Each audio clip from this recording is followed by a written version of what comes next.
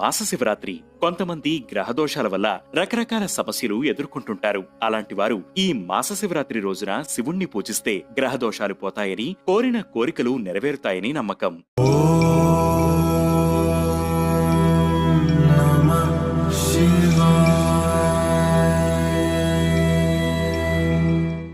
మాస శివరాత్రి రోజు ఉదయాన్నే ఇంట్లో పూజ చేసుకుని శివాలయానికి వెళ్లి 11 ప్రదక్షిణలు చేయాలి. ఆ రోజంతా కేవలం నీటిని మాత్రమే తాగుతూ ఉపవాసం చేయాలి. సాయంత్రం స్నానం చేసి శివాలయానికి వెళ్లాలి. శివలింగానికి చెరుకు రసం, పంచామృతం, పచ్చిపాలు, గంగాజలం, తేనె, స్వచ్ఛమైన నెయ్యి, పెరుగుతో అభిషేకం జరిపించాలి. అష్టోత్తర శతనామాలతో పరమేశ్వరుణ్ణి అర్చించాలి. శివయ్యకు బిల్వపత్రాలు, తుమ్మిపూలు, ఉమ్మెత్తపూలు, భస్మం, చందనం మొదలైన వాటిని సమర్పించాలి. ఇంటికి వచ్చి ఉపవాసాన్ని విరమించవచ్చు.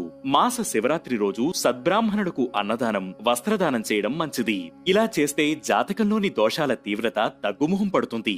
రాహుకేతు గండాలు తొలగిపోయి సంతాన సమస్యల నుంచి విముక్తి లభిస్తుంది. వృత్తికి సంబంధించిన ఆటంకాలు తొలగిపోతాయని భక్తుల నమ్మకం.